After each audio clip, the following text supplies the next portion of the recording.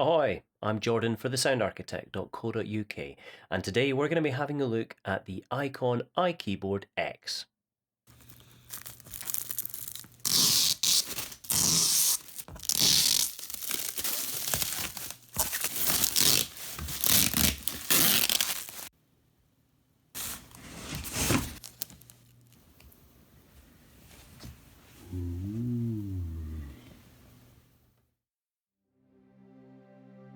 The iCON iKeyboard 8X is an 88-key controller keyboard and DAW controller.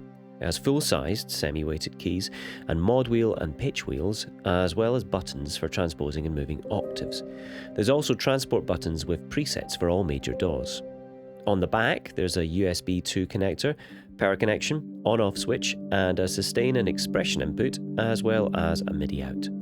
It comes bundled with Cubase LE and also iCON's own iMap software for configuring the keyboard, but I'll come back to that in a moment. For this review, I was supplied with the keyboard by Syntax Audio here in the UK. Final pricing wasn't confirmed at the time of my review, but it should be around £200 or maybe a little below. Right, let's have a closer look now at the DAW controller part of the keyboard and the iMap software. Okay, let's take a closer look at the iCON iKeyboard X 88-key keyboard. As fairly standard on a keyboard like this, you have the pitch and mod wheel. You can transpose the keys up and down. You've got some transport controls. Play, stop. You can record, fast forward and rewind. You've also got this ribbon strip here, which for me in Cubase, I've got it controlling the volume of the fader. This nice little wheel up here. You can use it to pan, or if you select jog, go back and forth along the timeline. You've got record, solo, mute buttons. What I should also say is if you can actually press the jog wheel in, and what it does for me is it toggles the monitor on, monitor off in Cubase. There's a little number reader here, which I've still got my little bit of plastic stuck on at the moment. And what do I else to say? So originally when I installed this in Cubase, whenever I pressed a button, I would play a note at the same time. So what I needed to do to remedy that, because it's useful to know if you're a Cubase user, is you go into your studio settings, MIDI port setup, iCON iKeyboard 8X and the version number, whatever firmware you've got on it, and you just turn that off. It's on, turn it off, hit apply or whatever, hit OK, and then that'll be fine. And then you play this without having to hear a note every time you do it. iCON also has their own software that you can either download from the website, or there's an included CD in the box where you can change bits and pieces, or you can kind of see what they do as well. I've mostly just used it for doing a firmware upgrade just to make sure that was all cool, and you can change the velocity curve from in here as well. So you don't have to go in and press lots of buttons on here to figure out how to change it.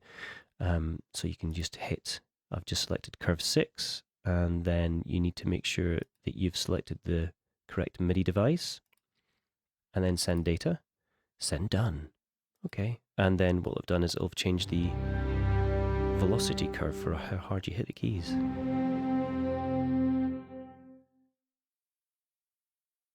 So I've been using the iCON iKeyboard for about 3 weeks now. It gets sent back to Syntax Audio tomorrow. And the thoughts that I've gathered over the past few weeks. Well, when I first got the keyboard and started playing it, and this is all kind of judging from the fact that I've been using a Nectar, Nectar LX88. I've been using that for about 3 years now, And I've been so used to that. You get so used to the action on it. And the problem I've always had with that keyboard is the black keys have a different travel to the white keys. It's really stupid, but I kind of got used to it.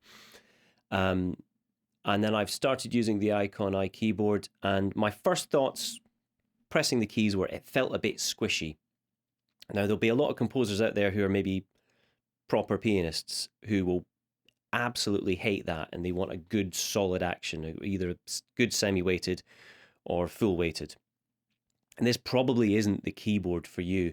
For what I do, where sometimes I'm playing piano, Sometimes I'm playing woodwinds and brass and everything I can think of, banjos and everything.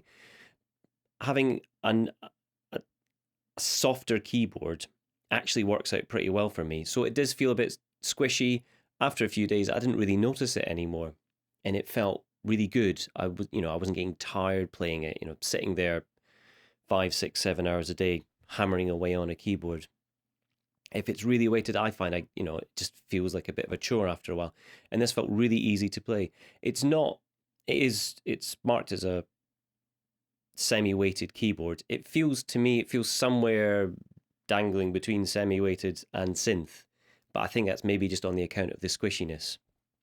All the controls to the sides, the ribbon and things like that.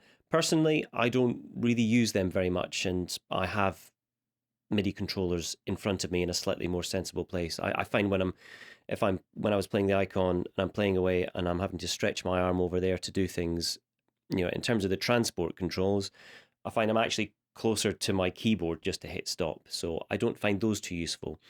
But perhaps for some composers, some writers who like to keep their keyboard to the side so they're not right in front of their keyboard when they're playing, it might be useful to be able to press those buttons and shift things without having to turn back around and go to your keyboard.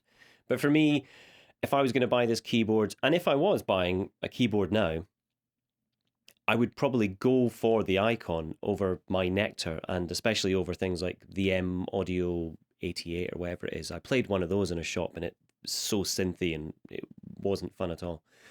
But I would certainly choose this iCON over my Nectar. It just has a better feel to it.